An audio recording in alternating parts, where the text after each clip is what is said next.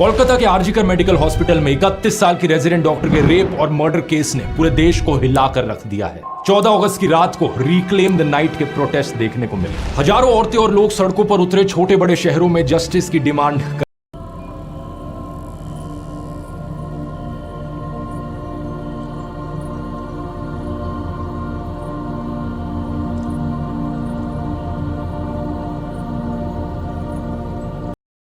करने के लिए। लेकिन इसी रात 40 के करीब गुंडे इस हॉस्पिटल में आकर प्रोटेस्टर्स पर हमला करने लग जाते हैं। प्रॉपर्टी को वैंडलाइज किया जाता है, पुलिस पर भी स्टोन पेल्टिंग करी जाती है और पुलिस को टीयर गैस का इस्तेमाल करना पड़ता है इन गुंडों को भगाने के लिए। कौन ये लोग थे, किस पार्टी ये क्या है से एफिलिएटेड थे, कोई नहीं जानता अभी। लेकिन वेस्ट बंगाल की चीफ मिनिस्टर ममता बनर्जी पर ब्लेम डाला जा रहा है इस रिपीटेड लॉ एंड ऑर्डर के फेलियर के चलते।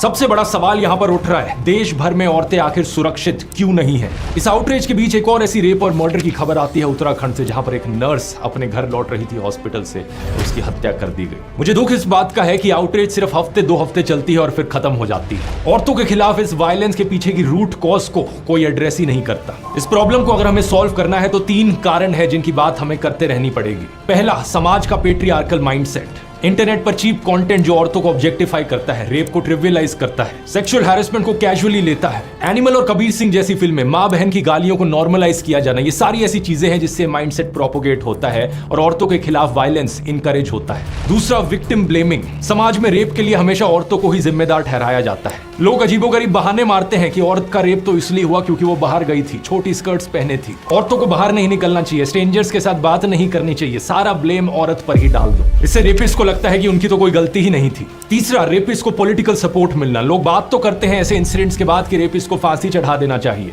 लेकिन असलियत में कॉन्विक्टेड रेपिस्ट के साथ क्या होता है ये देख लो। Convicted rapist Gurmeet Ram Rahim Singh, Haryana elections की वजह से इसे जेल से बाहर का रास्ता दिखाया जाता है। 20 साल की सजा में से इसने 235 दिन तो जेल के बाहर ही बिताए हैं। बिल्किस बानो के बलात्कारियों को मालाएं चढ़ाई जाती हैं, उन्हें संस्कारी बुलाया जाता है। बृजभूषण जैसे नेताओं को ओपनली सपोर्ट किया जाता है और कोई अगर पॉलिटिशियन रेपिस्ट बन गया तो उसके फेवर में रैलियां निकाली जाती हैं। अगर देश को सही में औरतों के लिए सुरक्षित बनाना है तो इन 3 चीजों पर काम करना होगा।